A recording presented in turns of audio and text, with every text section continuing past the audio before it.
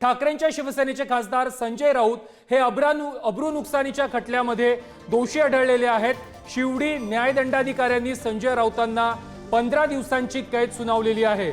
मेधा किरीट सोमय्यांनी दाखल केलेल्या खटल्यामध्ये संजय राऊत हे दोषी आढळलेले आहेत। संजय राऊतांना 25,000चा दंड देखील ठोठावण्यात आलेला आहे। संजय राऊतांनी मीरा भाईंदरमधील शौचालय बांधकाम घोटाळ्याच्या संदर्भामध्ये सोमय्या यांच्यावरती आरोप केलेले होते आणि याच प्रकरणामध्ये अब्रू नुकसानीचा दावा सोमय्या यांनी दाखल केलेला होता आणि या प्रकरणामध्ये आता संजय राऊत हे दोषी आढळलेले आहेत।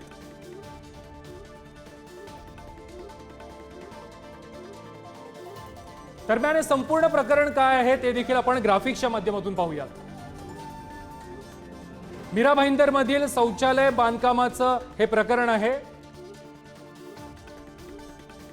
बांधकामामध्ये 100 कोटींचा घोटाळा केल्याचा आरोप संजय राऊत यांनी केलेला होता।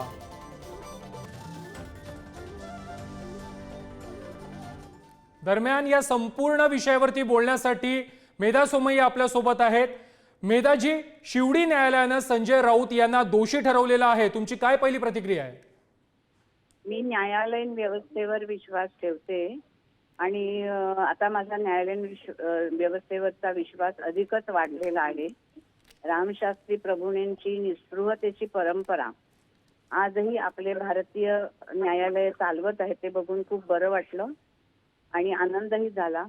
मला न्याय मिळाला त्याबद्दल मी समाधानी आहे।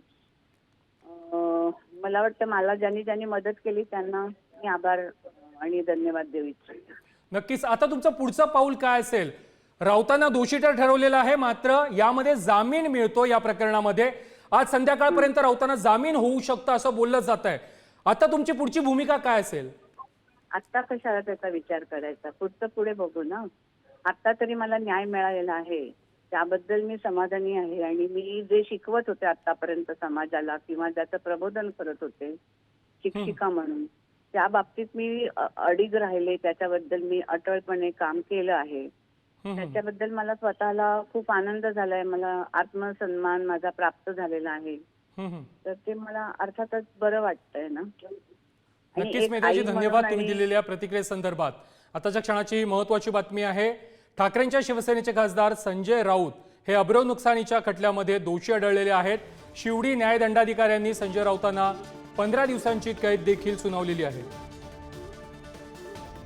दरम्यान या संपूर्ण विषयावरती राजकीय प्रतिक्रिया उमटतायत, त्या देखील आपण पाहूयात। संजय राउत को 15 दिन की सजा सुनाई गई, उसको कस्टडी में लिया गया है।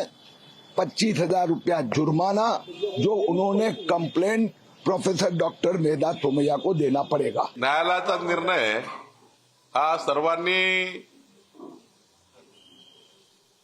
स्वीकारला पाहिजे आणि त्यानुसार पुढे गेलं पाहिजे आणि तशा चुका पुन्हा होण्याची काळजी घेतली पाहिजे। संजय राउत जो है I've not followed up on that case, so I don't know much about it. Sanjay Raut जो है I've not followed up on that case, so I don't know much about it. Kirit सोमय्यांनी स्वतः स्पष्ट केलं की मी बोलवता धनी आणि माझा बोलवता धनी कोण आहे तर त्यांनी सांगितलं की देवेंद्र फडणवीस। त्यामुळे आता त्याच्यावर चर्चा न करता आता ज्यांनी त्याचा बोलवता धनी त्यांच्याला जरा थोडं उत्तर तुम्ही विचारतो बोला।